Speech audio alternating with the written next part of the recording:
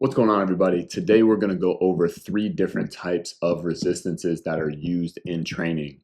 The first will be isotonic, the second is isokinetic, and lastly we'll go over variable resistance. Each of these has its own unique advantages and disadvantages, and we'll go over each. The first type of resistance is isotonic. Now, isotonic just means that the weight is not changing.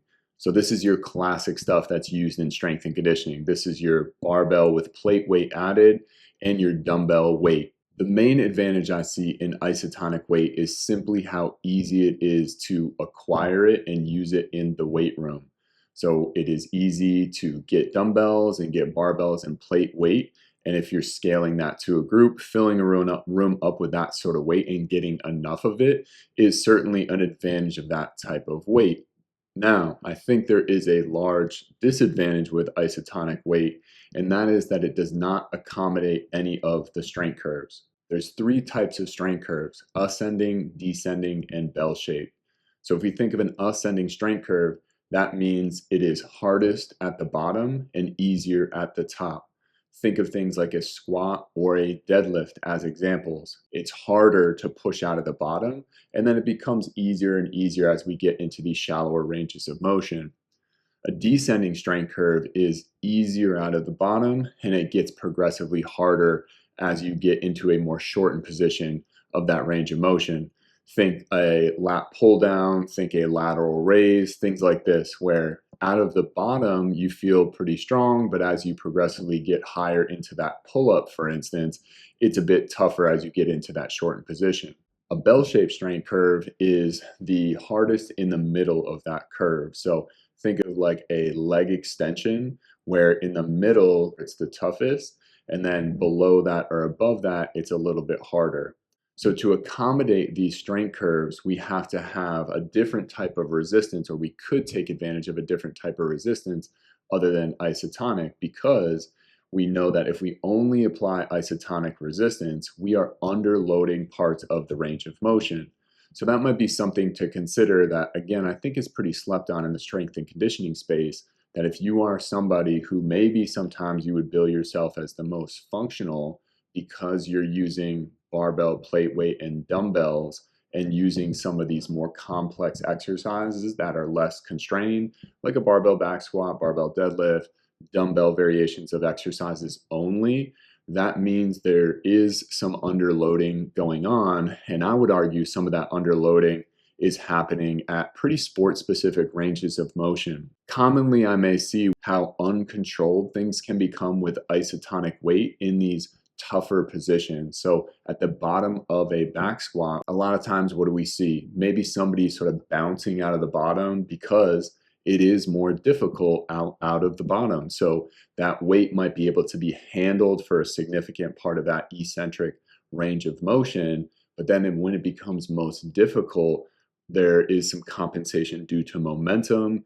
Maybe there's a bounce out of the bottom, and then it kind of gets you back going into the concentric, and then you can kind of sort of grind out that rep as you become a bit stronger in the shallower ranges of motion.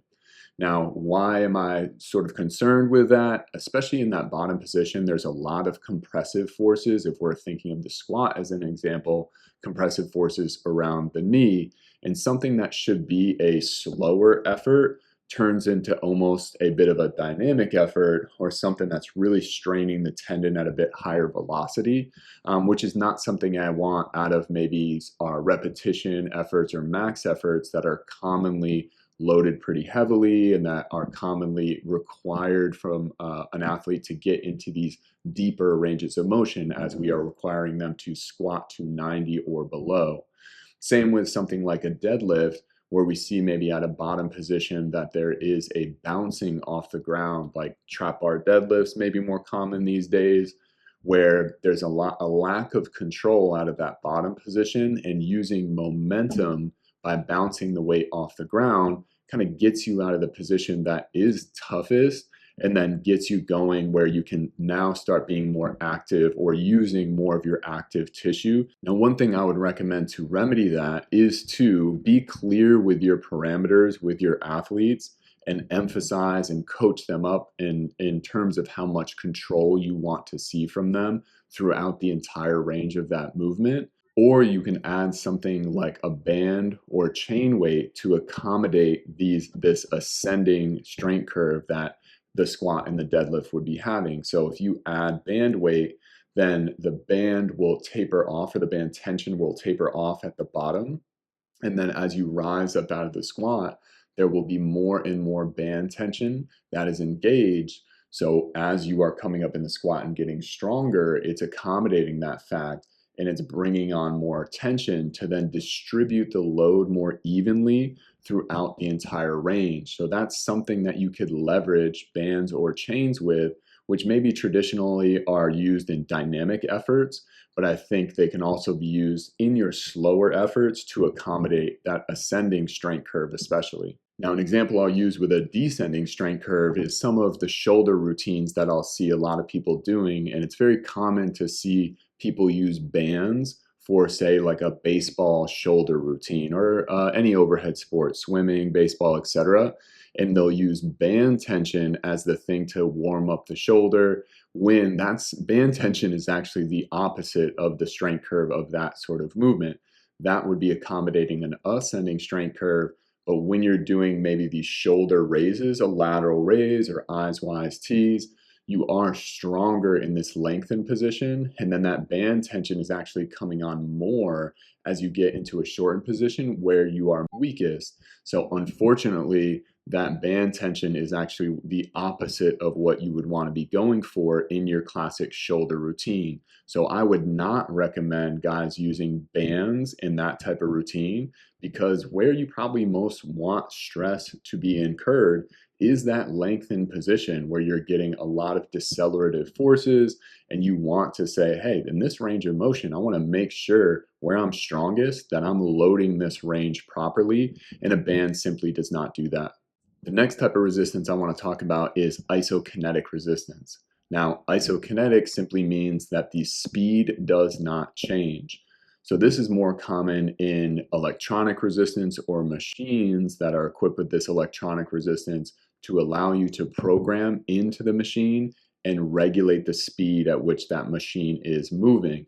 So this is not as common because many folks cannot maybe afford some of these machines. It's hard to scale that currently to a larger group, or equip an entire weight room with enough isokinetic machines to be able to have that be realistic in group training, for everyone to be able to get through training sessions efficiently.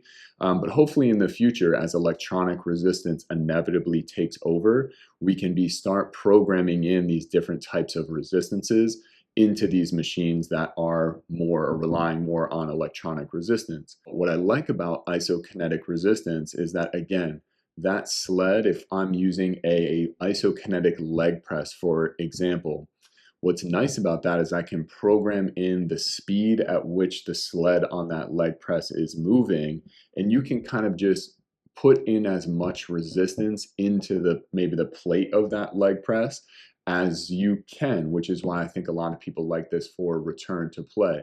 So I want to meet you where you're at, and I don't want you to go maybe above a pain threshold, or I want to meet you where your sort of relative fatigue is, because the sled is not going to move any faster. So if we think about the disadvantages I just talked about with isotonic resistance, isokinetic allows an accommodation of these strength curves simply by that speed being maintained.